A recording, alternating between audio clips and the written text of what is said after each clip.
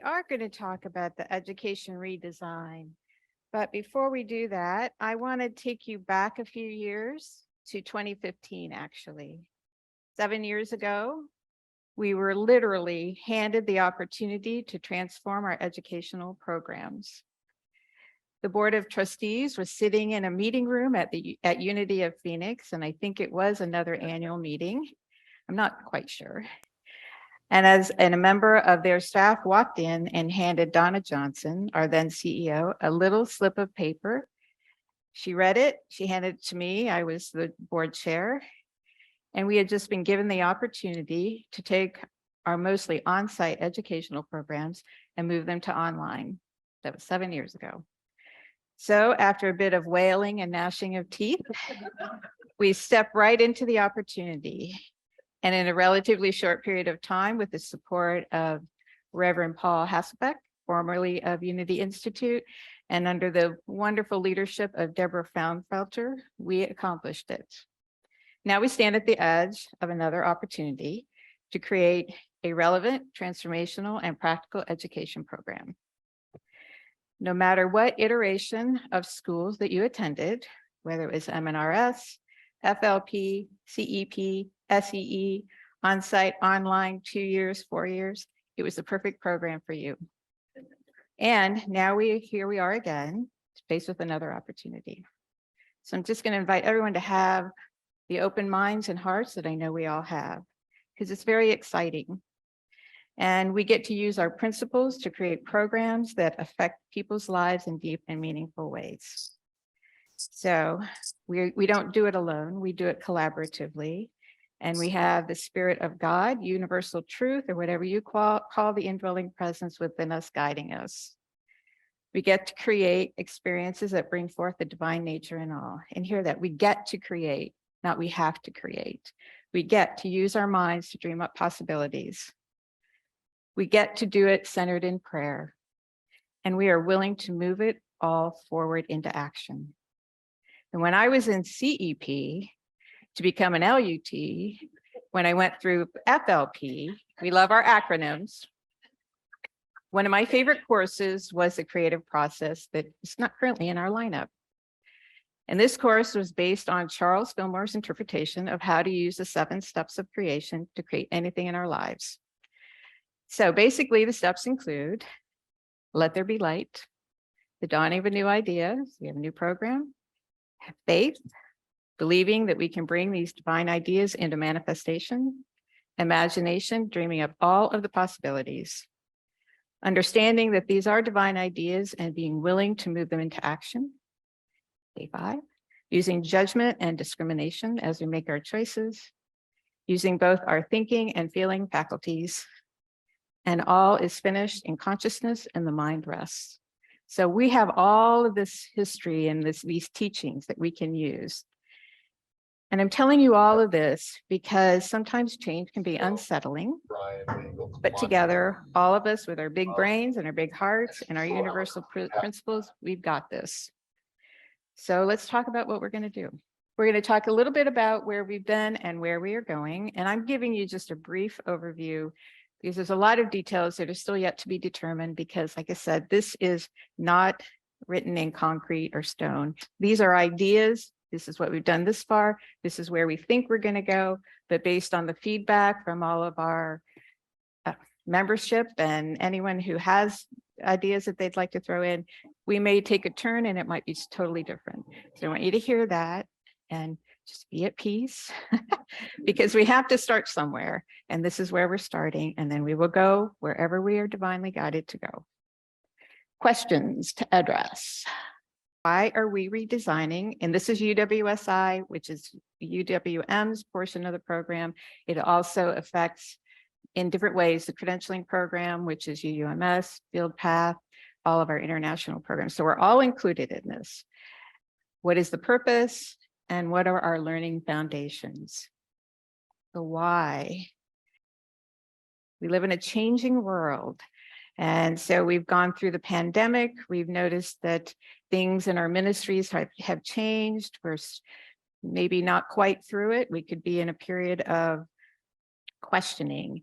And people have had the opportunity to step away from church, from education, maybe even, and they don't necessarily seem eager to come back.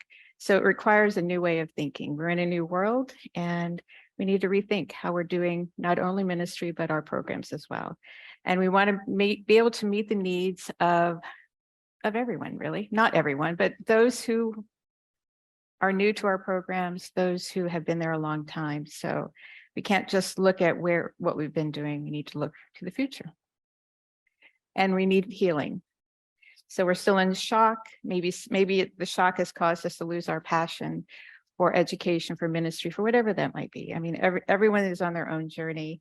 And so we need to look at how we can get that back, or even not get it back. How do we go forward? How do we rebirth whatever was in us that brought us passion about whatever we were doing? We want to be able to walk the talk. And I'm not saying, whenever I say things like this, I'm not saying that we haven't done it.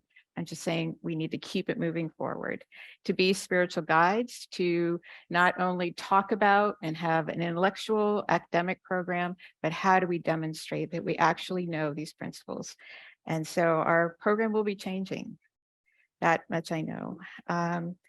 And we want to help people have hope and envision a positive future and help them become masters of their own life. And so credentialing is also a part of this. And I do want you to know, I know someone asked yesterday that we have a balcony team that meets once a month, and Sandra Campbell is on that for UUMS, Sean Moniger, myself. We are now inviting Reverend Carmen Venus, who is working in our international program now. She is overseeing our international schools, so she'd be a part of that. And we meet monthly to talk about credentialing and issues that affect all of our schools. So know that that has been going on for quite a while, and we're keeping up with it. I oversee 4 teams: ministry, development, education, help me, who else do I oversee? Credentialing. Yeah, there's a bunch of them. But what's common in them, what is common is that they all relate to our services and they all relate to education. And so rather than working in a silo of education, trying to figure out what are the best choices for our programs, I look to our ministry development team tell us what's happening in our ministries. Where have we maybe fallen short in our education? Where could we go with it? Because I need that information. Like, I don't want to make it up. And we look at the international programs and what's happening there so that we're all beginning to work together. So we have the coordinators of the 4 teams that meet. We meet monthly also, and we talk internally about what's happening in special dispensation, what's happening in field path, how does that relate to education? Because you probably noticed people and things have dropped through our cracks. Our communication hasn't always been the best. So we've got it. We are meeting, we know what's happening. And it takes a while sometimes to turn the ship, but you have a fabulous UWM staff. And there's been a lot of changes, a lot of evolution, and they're just doing a fabulous job. I mean, look at them putting together this whole event. So I just want to say that. So with our standards, we have, I can't remember how many years ago, but we reviewed the standards and we felt that we've covered everything. We relanguaged them. We made them, the language in them a little bit more concrete, so they're measurable. And so then what Sandra did and what I did is we looked at all of our standards and we went through our current list of classes, and we have aligned the classes which the standards for which they fulfill. And so now we have a document that says, if this is a standard we're trying to get our students to meet and they're not quite meeting it, could be for admissions or a progress review. Here are the classes from UUMS, here are the classes from UWSI that you can take to help fulfill that standard. So a lot of work has been going into this. So, and then the international ministerial program, we haven't forgotten about it. It operates a little bit differently, their credentialing process. It's on a little bit of a different time frame. And again, there's been some some little challenges there, but we are aware of them, and we're putting steps into place that we can serve the students who are currently in the program. And then the goal is, while we're redesigning our education program, that maybe comes into closer alignment with the timing and things like that. But it's a fabulous team. They've done a lot of work, and we want to make sure that we are including our national schools in all these decisions. And so we have reached out, and we will be doing that. So the purpose, transformational experiences. All of our ministerial and our SE programs have been transformational. We want to move away from a primary focus of academic focus, MDiv type of thing, into more of a transformational focus. Not saying that's not transformational, but a demonstration of living into the principle and demonstrating. And I'm going to talk about this a little bit later when I talk about our new learning management system, because there's some tools there that are going to help us with that. We want to meet people where they are. We want to make our programs welcoming to everyone. And our current format might not meet the needs of everyone. So again, we need to look at that, of how we can help that. How do we support our current congregations? How do we support a younger generation? So not that we want to be everything for everyone, but there are ways that we can do that. And then we want to honor our foundations, to keep what we know, keep what's been working all of these years through all of our educational programs, revisit our foundational teachings, maybe not using them the way they're actually worded, but bringing them forward into more contemporary language and usage, because our foundational teachings created who we are. I believe, this is just me, that they can help us with everything that we're doing. And then we want to create consistency across our field ministries, and help you maybe be of better support to you when you're teaching SEE or anything in the field. Have those materials readily available, because right now they're designed for online teaching, and we do make that information available, but maybe we could do that a little better. So, and we're just excited about all the possibilities, and we want to hear from anyone who wants to share with us, and I'll let you know how we can do that a little bit later. Our learning foundations. Brain-based learning. So last fall, we had gathered some teams together, and we had a foundation team, and we invited them to look at all of the ways that education can be taught, experienced, and brain-based learning was one of the things that rose to the top. And the other thing is ministry pillars. That's controversial right now. But I want to frame it in a different way. So I'm not actually going to talk about what the pillar is, but I'm going to talk about where they came from. This is where I believe. So I could be wrong. We'll find out later. So the pillars are not some newfangled idea that just popped up out of nowhere. They are a culmination or a mashup of what was, what is, and what can be. And we'll look at them in a moment, and I'll explain what I mean by that. But let's start with brain-based learning. So brain-based learning, are you familiar with brain-based learning? Okay, it's guiding our educational programs and systems into the way people actually learn. And not everyone learns the same way. So not everyone will learn with a lecture and then you do something. Some people need engagement, some people need pictures, some people need to hear it. And so as we look at our classes, we want to make sure that we're incorporating a variety of styles and modalities. And then we want to make sure we understand how adults learn. And, there's a preference for self-directed learning. They want to draw on their life experience to be able to assist with their learning.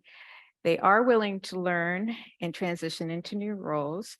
And they want to be able to apply the knowledge that they have. And we talk about our fifth principle a lot of moving into action.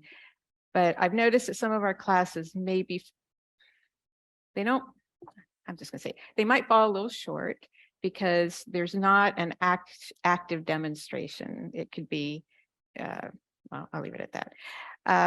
And adult learners tend to be internally motivated. They want to learn because they want to learn. And so they choose to come to class. And so how do we create these experiences where they're so excited about the next experience that they can't stand it almost. And they need to know the reason for doing things. And so I'm a longtime educator, and learning objectives are super important to me. And when we first started redoing the program, when we were moving it to online, that was kind of a foreign concept for a lot of people, because if you can create learning objectives, measurable learning objectives, and to understand is not a measurable learning objective, just an FYI. It needs to have a measurable learning objective so that you can measure it at the end of the experience to know if it's complete or if it was successful. So the content needs to reflect the standard that it supports, which we have found. I mean, Sandra and I have looked at it, and Lynn and Sean, and there are some standards that we're judging our students on that we don't really have a lot of class content on. So we want to fix that. The Fillmores. So I said before that it was kind of a mashup of where we've been and what we are and where we're going. And so the Fillmores are not new. They are our founders. The pillars will form some sort of foundation for our education system, not because we want everybody to teach Fillmore. We want everyone to be an integral ministry. You get to choose how you want to do it. But as a school that is in a unity movement, I believe that it is our responsibility to help our students understand our principles and our foundations so that then they go out into ministry, they can choose what they want to do. Because we don't tell you what to do. We don't tell you what to teach, but they have to have that foundation so they know where we begin. And, everything I learned about ministry, I learned from youth ministry. That's not a surprise to anybody, I don't think. And when I was at one church, and I had someone they wanted to do something that really wasn't a unity teaching. And I had no objection to it. But I said, we're teaching children about who we are in unity. So I feel my responsibility as an educator is to make sure they understand our basic foundations, just like they just need to know who we are. So then when they're older, they can choose what they believe, because that's our whole thing. You get to choose what you believe. So we have to start somewhere with a foundation. And why not start with the Fillmores? And then the second one is integral ministry. Now, I'm not going to try to explain this because I can't. But what I do know about it, it's about the evolution of how we do ministry. We go from being a pulpit ministry, being on stage, people listening. And how about if we transition into more of a collaborative effort, where it's not all of the responsibility on leadership is not on one or two people. It's shared by the community, because the community will have buy-in then. I mean, I'm going to go back to youth ministry. When we do, our whole philosophy of youth ministry is about finding a role for everyone in the classroom. They're called job responsibilities. Because if people feel like they have a role in the experience, they're more likely to want to come, they're going to want to share their ideas, and then we all benefit from that. So that's how I interpret that. And then experiential growth. This is again about brain-based learning, about head and heart. So we're going to change learning management systems. And so that right now we use Genius, Collaborate, and Blackboard. And we're going to change the Canvas. And I'll give you a little bit more about that later. But one of the big reasons that I got most excited about this is Canvas has a section called credentialing.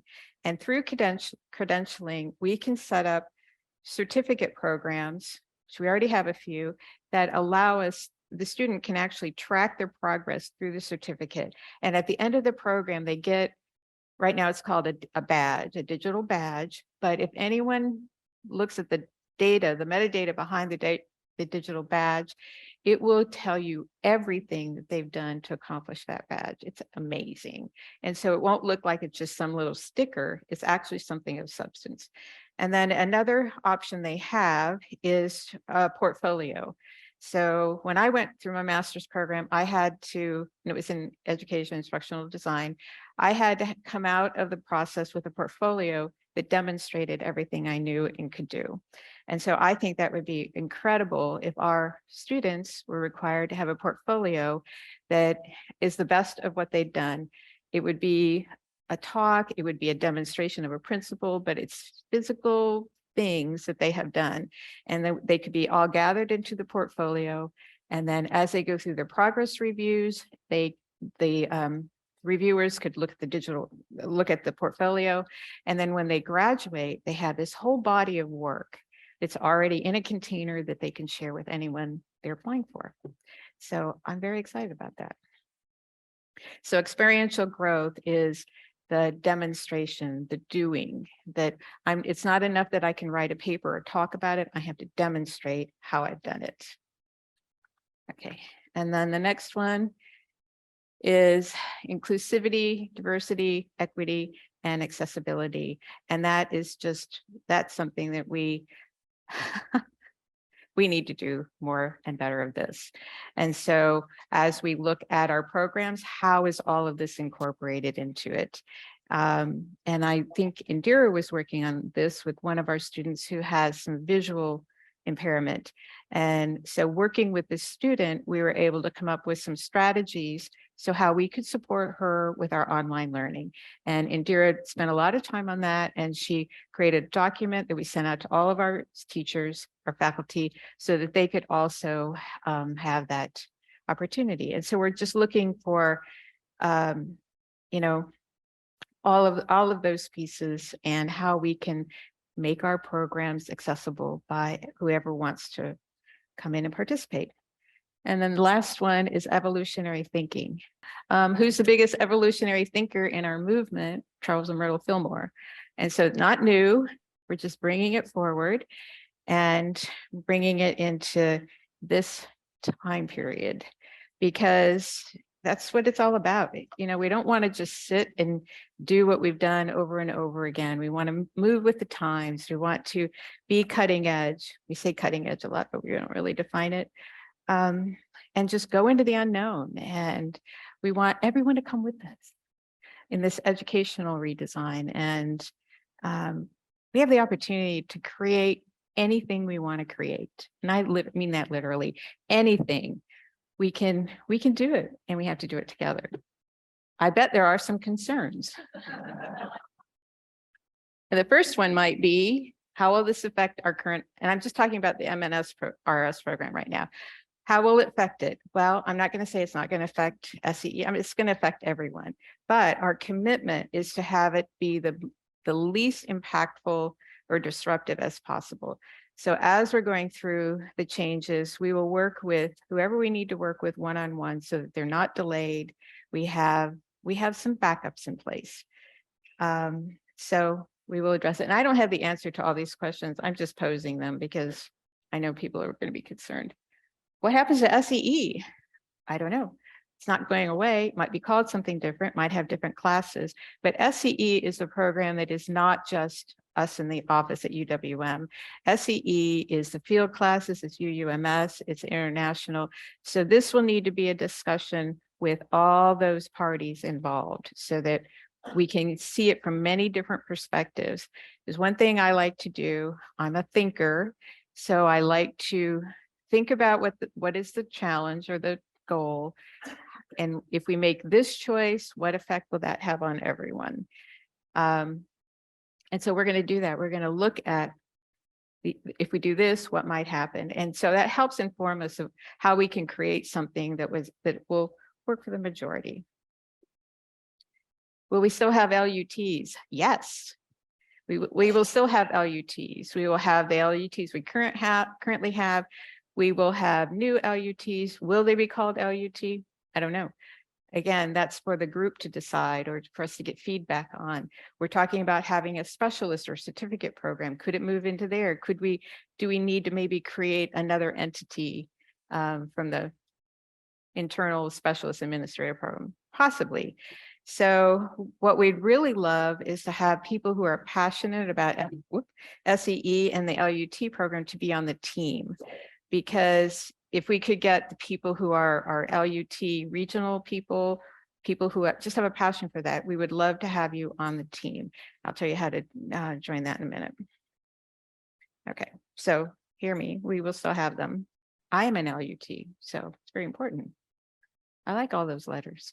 LUT, FLP, SEE. Timeline. Our process. Phase 1 was completed in 2022, where actually it went way back before then, because you may recall we had what do we call it? UWSI evaluation. We had different teams, and it looks like we did nothing with that information that you spent so much time creating for us. But that's what this was born out of, that we looked at, especially the ministerial piece, and we looked at the cost, the timeline, how we were doing education. And so that set this whole new thing into motion. And I know there's a lot of data collected about the SEE program and LUT program that we have not forgotten about, that we're bringing that forward into this new process. So, and then we had teams meet. We had an internal team, we had a specialist team, we had a ministry team, we had a foundation team that met last spring. And so we gathered all that data. And actually what we used is backwards design. So if you're not familiar with backwards design, it's looking at having the end picture, a great big picture, and then you work backwards on how you're going to get to that picture. So what we had them do was we asked the question of, so imagine this person is finishing ministerial school or LUT, or they're just a regular congregant. And after they've gone through our programs, what do we want them to be? What skills do we want them to have? And we want the highest vision for that, because we are unlimited. And so we came up with kind of little avatars of, if we want our ministerial students to be able to be this, do this, know this, then what do we need to go back and create so we can get to that vision? And so that's a process we're using to recreate the program.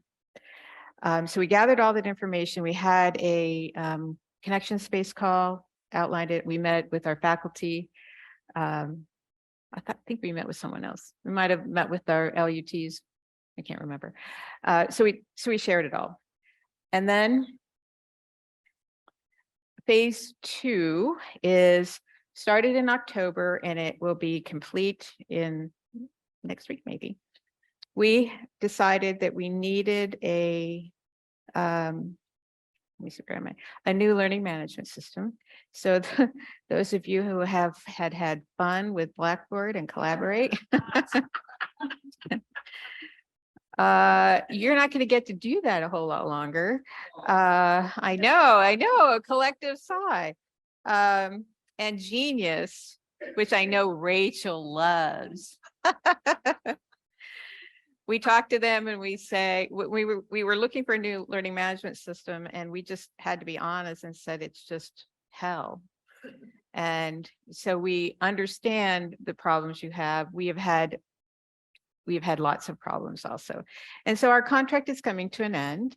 And so we thought it would be, we're redesigning our system. Why not just go for all of it? So starting in October, there were a small team of us who looked at different systems. And I want to really call out Rachel, because she is the genius behind Genius. And she helped us understand that piece, that student information system that we absolutely had to have. And we talked to the rest of the education team. And so what are the things we have to have? So we had all this criteria. We searched and we selected Canvas. More on that in a minute. And we're going to be purchasing it and beginning, we're not going to use it for probably a year, but if anyone knows anything about education redesign, you can't just flip it all It's not just a switch. There's a lot that has to go into it, and we don't want our students in both Blackboard and Canvas. So we need to create it. We need to keep this one running. We need to create this one, all the classes, and a lot of the classes will probably be redesigned. And then at certain points, we're going to roll it out so that it's the minimal impact on our students and our faculty. And we need to do a lot of training in it. Okay. So now we're in, this actually is going February to May. We are going to create some new teams, and we, from the connection space call, we have quite a few on our people on our list who are interested in participating in the teams. If you have interest, interest is the qualification. You have a passion for it. We have people from our international ministries who are interested in joining us on the team. So it's open to anyone. I'll tell you how to join a team. Actually, sorry, Erin, you're going to contact Erin Morris and just send her your name. emorris@unity.org. She's keeping the list. And as soon as the next week, we're going to send out the teams, the charge of each team, and we're going to ask people to select the team they'd like to be on.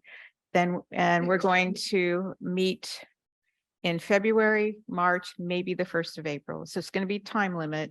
It maybe be 4 to 6 meetings for each team, and each team will have a charge. I'll talk about that in a minute. And the teams are going to meet during our business hours. So if that is not a time frame that works for you, and you really want to participate, we will find an alternative. And we'll work with everybody who wants to be on a team, even if they can't make the day or the time. We'll work with you so that you can participate. And then we're going to take all of the data from last year, from this year, and we are going to have a 2-day staff meeting to look at all of this data and see if we can begin the creation of some sort of a structure. And then we will keep in touch with our membership and let you know where we are in every step of the process. We will probably need additional teams because we will have to look at the actual content of the courses and things like that. So that'll be to be determined. And then the last phase is implementation. So this will go, we're getting Canvas, so we begin creating the foundation there. It will be complete by, at the latest, summer of 2024, because Blackboard ends in June. So everything will be done then. So our timeline, if you'd like more detail. So here we are at the summit. We're purchasing Canvas, and we're going to have the beginnings of our teams meeting. Since we'll have Canvas, we'll be able to set up our catalog or student learning or student information system. The teams will continue to meet. The instructional designers, which are 3 of us, myself, Lori, Erwin Johnson, and Pammy Parker. We will begin creating the course templates and continuing setting up our students. And then in April, it's actually May now, we'll begin creating the structure of, we're going to concentrate on the M&RS program first. SEE is a broader conversation, so that may take a little bit longer. We're going to begin creating the trainings on how to use Canvas, and it's going to be teams, Canvas and teams. And then we want to begin an evaluation of our current M&RS courses. We're going to compare it to our standards and to whatever structure or foundational pieces we want to use, and we will be able to say, this works, this doesn't, we're missing this. So we may be able to bring some directly over, maybe with a few tweaks. I know we will need additional courses. And we haven't decided how those are going to be created, but again, it's not going to be just us creating. We have lots of talented instructors in the field. And then the first thing we're moving into Canvas is our certificate programs, because we have the integral ministry program, we have spirit groups, and we have spiritual direction. So we have those are all new programs. I don't think they need tweaking in their content. Spirit groups, we're going to put into a different format, but it'll be the same content. And so we can begin to move those into Canvas, because people that are in those programs are generally not in our ministerial program, and they're generally not taking SEE courses. So it will not cause them to be in two systems at once. And so that could be it's a smaller group of people. It'll be our little test process. And we want that to start in this September. And that feels doable. The rest of this is just a big guess. So in June, we'll continue, things from the past. I'm sorry, in July, we'll begin training of faculty in Canvas, and that'll be live trainings. We'll have e-learning trainings, all kinds of things. And we're going to start reviewing the LUT path. That may be out of order because we still have to look at what SEE is. But we might go backwards again. And then again, just a continuation of the MNRS courses. We need to begin to train the students in Canvas, and then we want to get the certificate programs moved. And so when we talk about course creation, that's a big deal, because there are lots of them. And if we're just moving them from one to the other, that's relatively simple.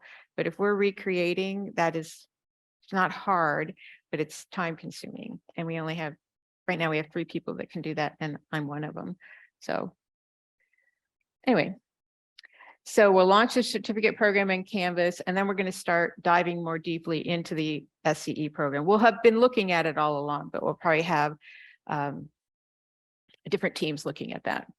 And what can it be? What do we want it to be? And then in October, we hopefully will have determined what is the first term of the ministerial program, because I doubt that we can get the whole program transferred over. So we'll go term by term.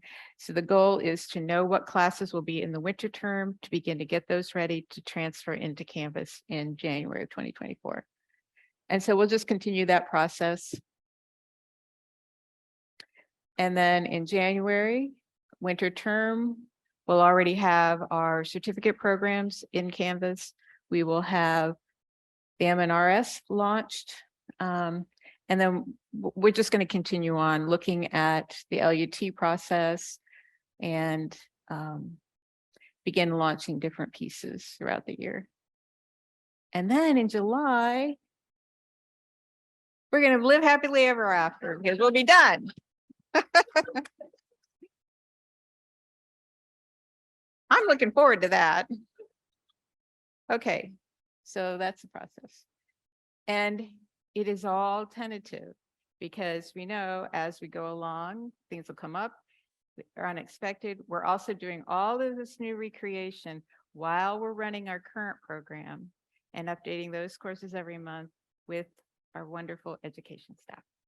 So we're going to ask you for patience and flexibility. If we come and say, we're going to make a little turn here.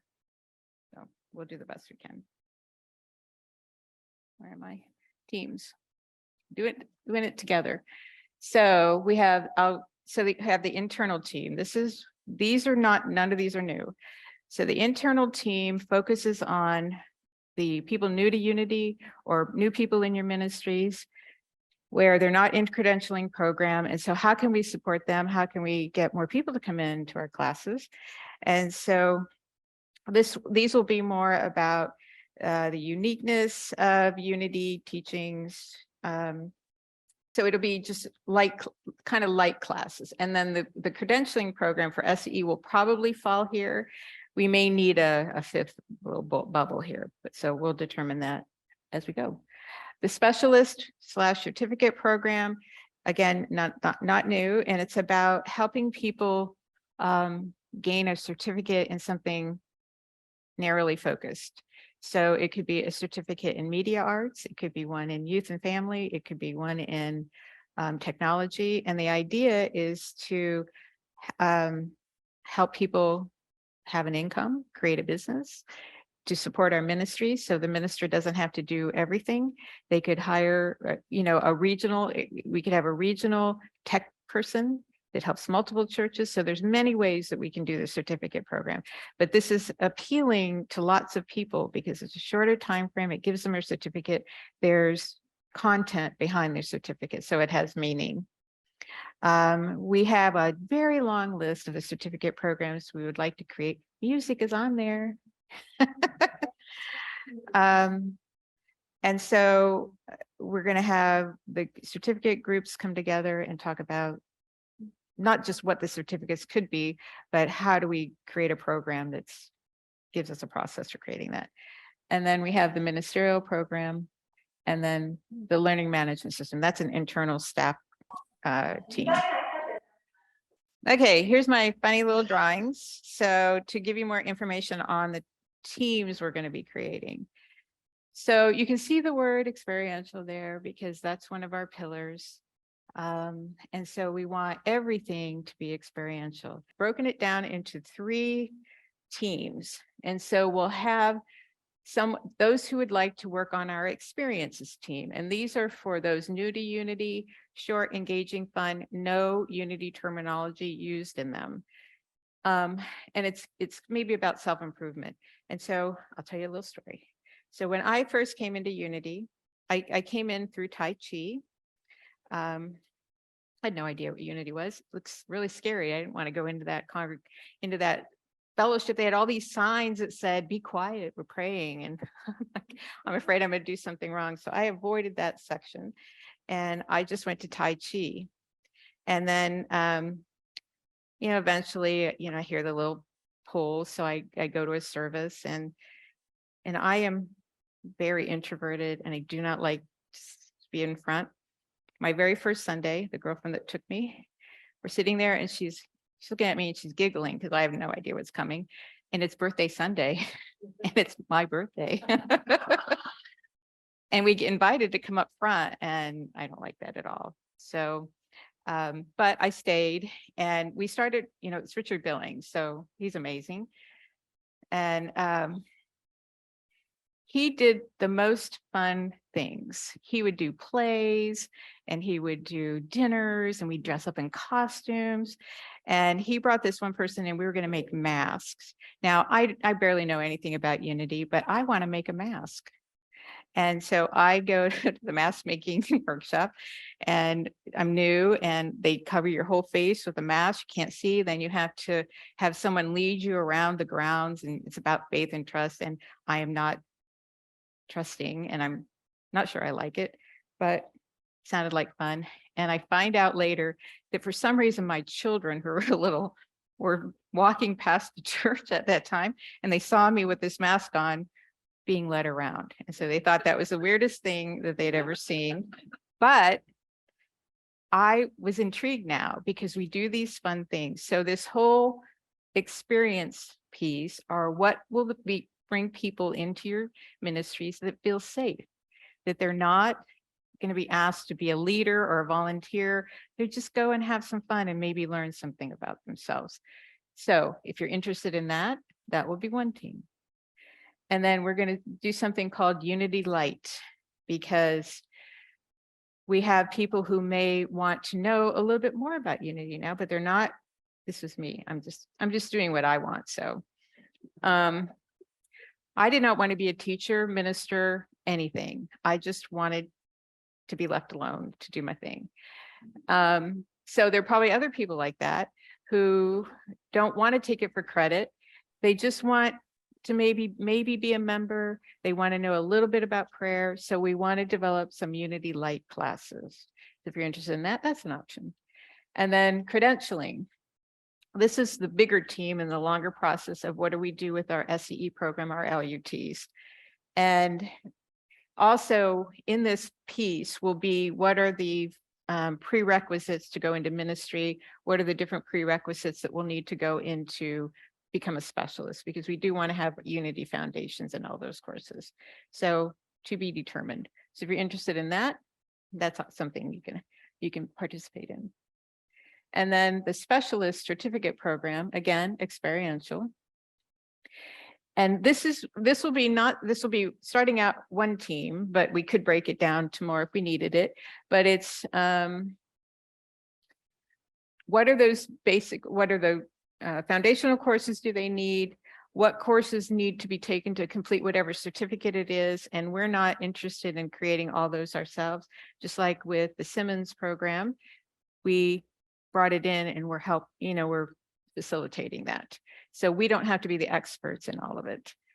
And then what are the practical applications that will need to be formed? And so what we're really looking for here is people who like to create systems and structure, because we want all of the programs to have a similarity in how we initiate them and how they function. They'll have differences because there'll be different programs, but what are the common ground pieces? That's that one. You can also throw in your ideas of what certificates you'd like. Now, the ministerial program, this is also vague because, again, we're just starting into figuring out what we want. But we're going to look at, divide the coursework into basics, business, and being. Thank you, Reverend Chad. So the basics, what do we want our students, what are the basics we need them to know and understand? Could be Bible, could be Fillmore's, could be anything. So what are the basics? And then business. I don't think we do a great job of this currently. So what business pieces do they need to understand? Could be nonprofit, running a business, knowing it's a business, acknowledging that you do have a business. Might be a course. And then I kind of popped in some of the pillar things, but again, I was just trying to help myself make sense. So Fillmore's, it could be integral ministry, IDEA, could be anything else. And then the third one is being. So I think we do really well with being now. We look at our spirituality and our transformation. So I think that's where that type of course will go. How do we transform ourselves? How do we really live and demonstrate the principles so that we can then help others do the same? So ministerial right now will just be one. But again, as we meet, we're doing the backwards thing. Well, if we need to break into smaller, we will. And if after these initial teams end meeting and we do the 2-day, then I am sure we'll still need some more teams. So think about it, pray about it. We'd love to have you with us. So Canvas, are you familiar with Canvas? So Canvas is cool. It has catalog, it has Canvas itself, it has the credentialing piece. It's new, it's cutting edge, it's kind of an industry standard, and it's cheaper than Blackboard. Yeah, they call things different. So the catalog it's not the student information system, but it's like the registration program. And it's very visual, and it actually makes a catalog, and it's the students will have a better experience coming into our program. So lots of opportunities there. And then we found out that Microsoft Teams is a natural integration into Canvas. And you may love Teams, you may not, but Teams it is. Because fabulous Mr. James, our tech manager, was able to get us a Microsoft education license. So we already have a nonprofit one, but so we have an education license where we can do a lot with Teams for our students and our faculty. We're still, I won't say too much more, but we're still trying to figure out what that could be, but it will be, that will be the live session platform that we'll be using. And we'll do training, and we'll be with you and walk you through it, and whatever we need to do. And it doesn't cost us anything, because we are resourceful, because we have to buy catalog, Canvas, and credentialing. It's one package. And then we would have had to add Zoom or something on which at a higher cost. But once we found out the Teams integrated, we could get the license, no cost. My sales rep at Canvas actually represented, and his name is Joe Bernard. I just want to say his name out loud. He has been fabulous. We've been working with him since October. He answers every question. He does every demo. He keeps going back and says, maybe I can get you another discount. He's been fabulous to work with. So Canvas and Teams. And then funding. We're prosperous, right? All right. And where's Reverend Diana? Diana Kennedy and Sean are going to talk about funding a little bit later, but I'll give you a little preview of this. So why are we changing? Mostly because of cost, it's ending. And I know when Blackboard and Collaborate end, the price will go up. It's already costly. And so Blackboard's undergone a lot of changes. It was sold to Anthology. Anthology is breaking off the pieces. So I believe that Collaborate will no longer be around and not too much longer because it was sold to Class and Class uses Zoom. So all of the pieces are kind of going away and very poor customer service, like nightmarish. And we just don't need to do that anymore. And I already talked about Canvas. It's up to date, new features, and all good things there. Okay, so because of their better customer service, it's less of our staff resources trying to figure it out. And what we're going to do this time, so in 2015-16, when we were first designing it, we had a very small staff. We had not a lot of resources. And we had a super short time frame to get it in. And we weren't able to take advantage of all the trainings that were available to us. So we had to kind of limp along, create it as we were going. This time we have all the time we need. And we're going to have our technology manager and a number of people fully trained in all systems so that we can be our own backup. You know, James won't have to be in there every day with us, but if we have a problem, we can't get a hold of Canvas, we have a backup. So that's exciting. What are the costs? So learning management system. So all those three pieces is about $28,000 a year. Part of that implementation and everything was paid for by a Templeton grant a while back, but now we just pay it every year. Also, our education program, our school is not a money loser, contrary to a rumor. We're not making a ton. We're close to breaking even, so we can afford it. So our new LMS, the estimates right now are, there's a big upfront cost because we have to pay $28,000 for the implementation that Templeton paid for last time. It's a one-time fee, but it's to get everything up and going. It takes about 3 months. The product cost will go down from $28,000 a year to $19,000. So we're paying less for a better product. And then the second and third years are about the same, $19,000, $20,000. So there could be other small charges in there. We're not sure yet, but this is what we can do going forward, because we're not, I'll own it. I'm not 100% sure that we need a big, fancy, expensive student information system. So it's something we can add on at any time, and we don't need it until we're actually using it. So we've got a couple of months to figure out if catalog will be sufficient. It may not. So if it isn't, we'll have to add that in. I don't know the cost of that yet. And so funding opportunities. This is fun. We're going to apply for an education grant from Templeton. I think it's might already be written. If it's approved, it'll probably come next year. We do have the money to fund this now, but we're taking it from somewhere else.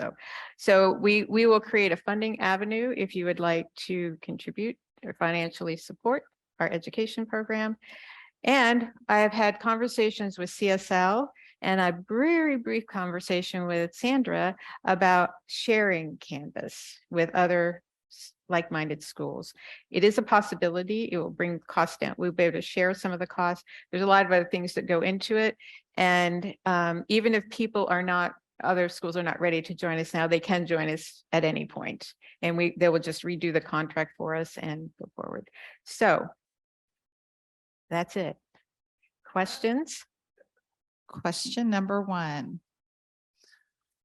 How does this affect UUMS? Our redesigning of UWSI does not affect what UUMS does, it will affect them with the SEE and the credentialing, which are not changing. So we are in constant communication. We are not making any decisions that would have a negative effect on them. But they have their school content and we have our school content, which are separate from credentialing. Would the current LUT candidates use the portfolio now? LUT, I'm not sure. They can't use it now because we won't have it up and running and probably before fall, but we could look at it. Sure. With the LMS contracts expiring with a finite date and the current staffing levels, have you identified critical paths for what has to happen within a defined time without any project slips? And how do you plan to monitor and manage this? I gave you the timeline, and so we will take it step by step. So the big timelines are purchasing and working on the back end of Canvas. I already have team members assigned to that. The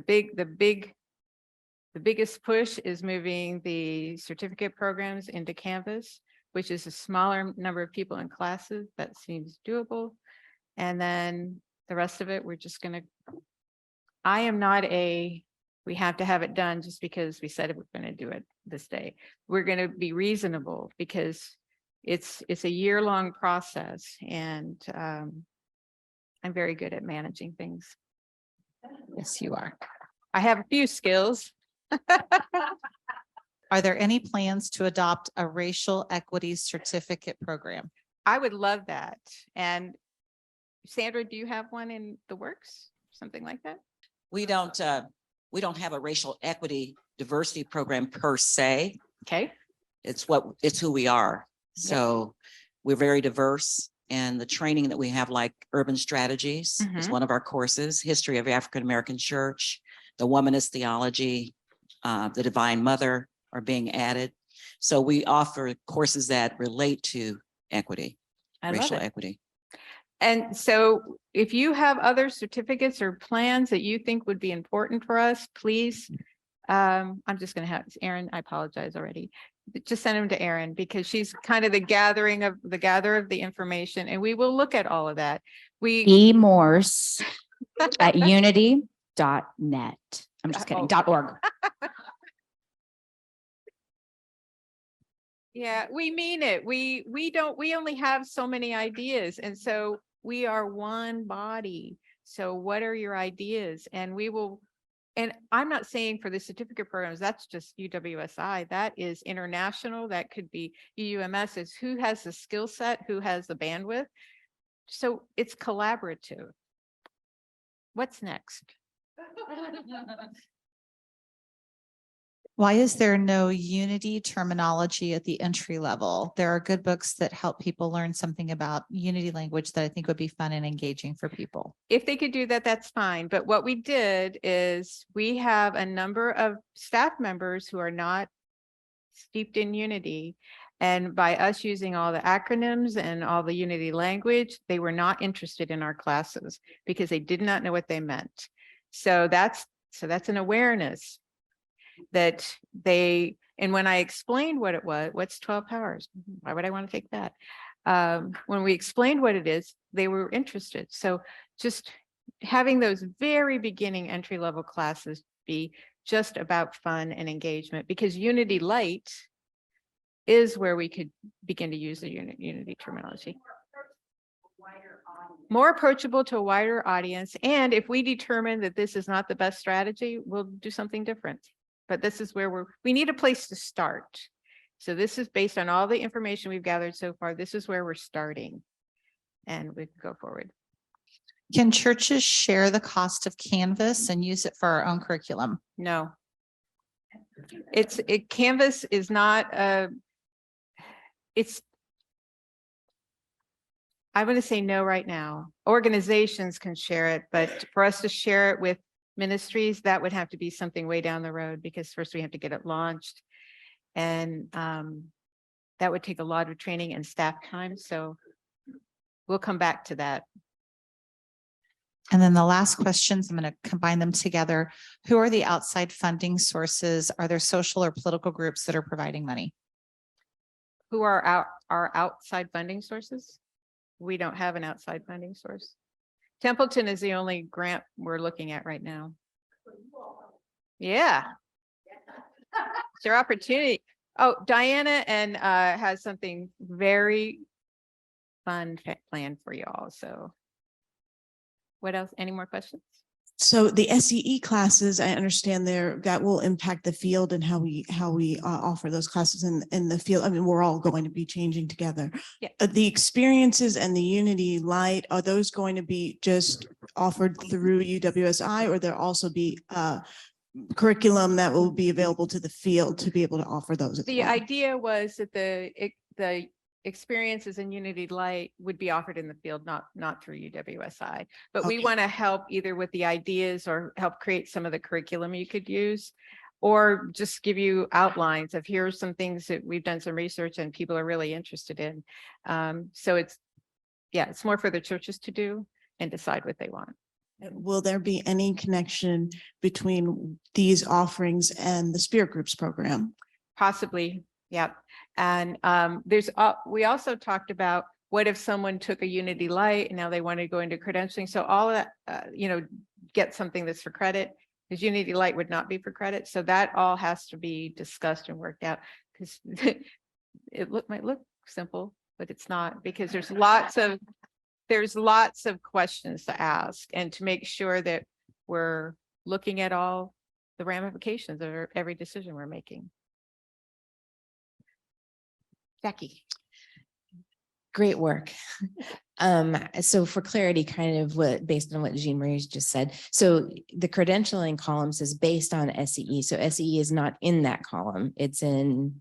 SEE is kind of it. So I just put credentialing, meaning SEE or anything you could take for credit. Okay. Because I didn't know, I don't want to decide everything. So I want there just to be a big category and then have the teams kind of break it apart. What could it be? What do we need to do? Maybe it will still be exactly the way it is with the courses tweaked. Thank you. Wow, what a comprehensive explanation. I appreciate it. I'm in the third quarter of the Integral Ministry program, which for those who haven't taken it is a phenomenal transformational program. So I just wanted to point out that it not only deals with church business, but it deals with evolutionary thinking very Exactly. much so. It explodes your brain. In a good way. In a good way. And so I just want to say it's not just church business, but also evolutionary thinking. So Thank you. it kind of goes in the different pillars. Good. Thank you. I Thank you. appreciate that. Indira? All right, last question that I have. I'm curious, have you thought about or have you already hired a consultant third party to help with the implementation of the Canvas program? Are you consulting with any colleges that already use Canvas? It sounds a lot for the UWM staff and teams to roll out a new software program, redesigning the current educational program and continuing supporting the existing system. We have some Unity ministers who are well-versed in Canvas and educational systems outside of ministry who have already volunteered to do whatever we need to support us. There's a couple of them. So yes, we have some outside sources who are experienced with it. Pammy is, she's an instructional designer, but she's also she's a lifetime in education. So we do have help, and we will ask for help when we need it. That's why we have a small but very capable staff. And we did it once, we can do it again. And that's why I say these timelines, we will do our best to make the timelines, but we also will manage our staff time, and things will come up and we'll adjust, and we will ask for support and we will ask for help when we need it. Anything else? We have one more in the room. Sue? Thank you. Thank you, Diane. Sue Riley, Mhm. telling my name today. Thank you. Sue Um, Riley, everyone. I'm standing behind a pillar, but I am here. Thank you, Diane. It's a Fillmore pillar. There you go. One of the 5 pillars. Yeah. Anyway, I'm very excited about the credentialing. I'm very excited about all the changes that you're doing. And I know that Richard McDeasy and I have already spoken with you and with Reverend Campbell about opportunities to create credentialing for music, which I think will be a game changer. So I just want to thank you for that opportunity and put it out into the energy of the field, and invite all of the field to please hold the energy that this will come to fruition easily and effortlessly to further the beautiful collaboration between music and ministry. So thank you for the opportunity. Thank you. We Diane, have more Reverend Maggie questions. has a question online. Reverend Maggie, Hi, Go can you ahead. hear me? I can. Go ahead. Hi, Maggie. Great presentation, Diane. In regards to the Unity Light and to the new tracks of learning, will there be, or have you given any consideration to training the trainers? Yeah. I know that we are all highly intelligent and very creative individuals. So when we have something new that hasn't been taught to us and how it's been intended to be taught to others, it Mhm. may morph into something unintended. Has that been considered? Not in the language that you put, but yes, I love that idea because it is, so then if we can train enough people to do kind of instructional design work and talk to our campus rep, maybe in the future that we can share that, because if people want to be able to teach online and have an effective program, we want to support that. We just need to get our stuff in alignment and get it all going. But yes, I would love the idea of training trainers. Yep. Great, We're already doing that with spirit groups, so we have a model for it. So, wonderful. Yes. Thank you. and I also, before anyone else speaks, I want to just reassure you that we are a small staff at UWM, but we are a mighty staff, and we have spent the last year and a half looking at the things that we spent 60 years creating that are not helpful. And are not, I'm logical. And so I want a rationale for things that don't have a lot of rationale behind them. So we have people like Joanne Burns and Glenda and a ton of other people who are taking all those things that might have dropped between the cracks. We spent a year and a half kind of bringing all those to light. And we have a new communications department with people in it. So yes, we have a lot to do, but we have also spent that year and a half not only cleaning things up, but also creating teams that are not siloed. They are integrated with one another. Just like I said, I oversee 4 teams now, and we meet together. And I know people think I have too much on my plate. I have heard that my entire life. I'm a goal-oriented person, and I like to work. And I'm also smart enough to know that if it's too much, to ask for assistance. And I don't do as much as y'all think I do, because I have excellent teams. I manage the teams. I don't micromanage them. I manage them and I encourage them, and I want them to grow and to develop. If they want to learn something new, I want to find out how I can help them do that, because I think that's important. So we work together as a team. It's not me doing all of this. It's me leading the teams who are doing the work. So we've got this, and we'll ask for help where we need it, and we'll be honest and transparent. I am all for passionate ministry. I think that we're in a time when pulpit ministry is becoming a thing of the past. And I think the pandemic brought that to light. Yeah. So I and my team are always looking for ways that we can tap into people's passions. Music. What we're working on right now is prison ministry. And we have a team of folks from inside and outside of the urban school who are helping us to build curriculum around prison ministry. We're going to be working with Unity Worldwide Ministries and UWSI and international programs. Mhm. Everything we do is transparent.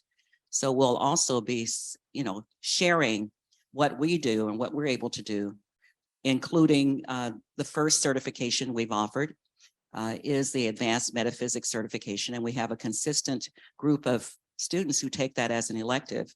and it's an advanced course. It's not required, but we now have about 6 who have earned their certificates in advanced metaphysics, and they intend to take that into their passionate walk in the ministry. So we're looking at people's passions. So if you have a passion around ministry or around music, if you have a passion around technology, hello, if you have a passion around, all of you, if you have a passion around pastoral care, if your passion is not in the pulpit, and I think that's where we're headed, because we want to make sure in this experiential environment that we reach people where they're most passionate, and who you are is your ministry. You're already ministers. We can't ordain anybody. God does that. So that's it. Yeah, thank you, Sandra. And I also want to say, we don't want 2 duplicate schools. We don't want to be doing the same thing. We want to do what we're each best at. That's what I hear Sandra saying. And we've had conversations about this internally. We need to be what we're each best at. Just hear this as an idea. So maybe it would be individual education programs, and you may already do this, where if you're coming into our programs, you may not be able to opt out of anything. You could have 20 doctorates in something, we might still make you take that beginning class. So we want to get away from that. We value life experience or work done in other environments. And so I'm not saying this is how it's going to be. This is just one idea. So we have our students entering, and they have an interest in some of the things that Sandra pointed out that we don't offer. So why couldn't they take classes at both places? And they do. And so why can't we continue that or even support one another in that? And so that's part of the goal with the balcony team, that we talk about what we're each good at. Because we're not going to, if Sandra's creating a technology certificate, why do we need to do that? We only need one. We could collaborate on it. We could each do something that we're really good at. And I'm also including the international ministries or international schools, or the national schools, because they might have a passion for creating a certificate. So our goal is to also help the national schools grow if they want to grow, which I assume they do. And so how can we help them? So it's really just about, no matter what we call ourselves or where we're located, it's about the collaboration and helping people step into their passions. What else?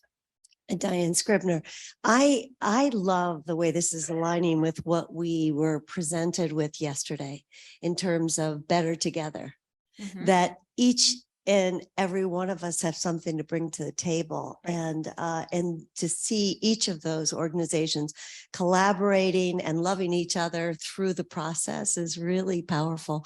I just want to say the passion ministry and what you're passionate about.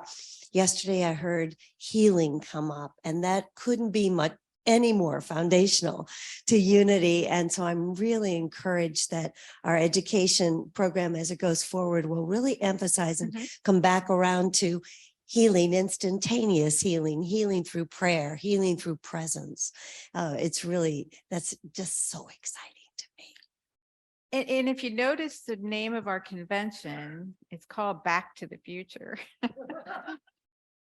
That was intentional, going back to our past, bringing it to the future. So a little metaphor there. So anyway, what other questions? We got a couple online too. Okay. Joan Williams Payne has a question. Yes, please. I am from the National School in England, and I know that we have indicated we're interested in being on task groups. So I am just curious about the structure of the task group, if that would allow us to explore the programs that we have at our international school, because I know I can see the focus is a lot on UWSI and how those changes are going to be implemented. Those changes will obviously have an impact on what we present. So I'm hoping that the task groups will allow us to have an opportunity to explore, you know, where the commonalities are, where the differences are, and how we can continue to develop and do our own redesigning possibly. Yes. Thank you for bringing that up, because I did forget to mention that. So while our teams are meeting here in domestically, Carmen Venus is creating a forum for all of our international national schools, our IMP students, to gather their insight, input, and that will be thrown into the mix. Plus, anyone in the Unity movement is welcome to join the teams. And so I don't think Claudia's here. Okay, so Claudia Maltosian she's doing a great job with working with our schools and our in the IMP program. And so it hasn't been forgotten. It will be included and ideas incorporated, because we don't see how we could change this program without that affecting all the programs. So all those conversations will be had. Yeah. And Robin Goff has a question. Okay. Hi, thank you for all of this. You're doing a great job. More of a comment, I think. I want to piggyback on Diane's words about healing and the energy that comes through when we start talking about that from our deepest roots. But I would hope that through all of these changes that there would be a strong voice coming out of Unity about the healing and regeneration of this planet that is changing very, very rapidly, and equipping people to adjust their lifestyles and their thinking to adapt rapidly to what we're walking through together as a species on this planet. That Unity claims our place of having always known that healing through consciousness is what's needed right now to awaken all of us. Yeah.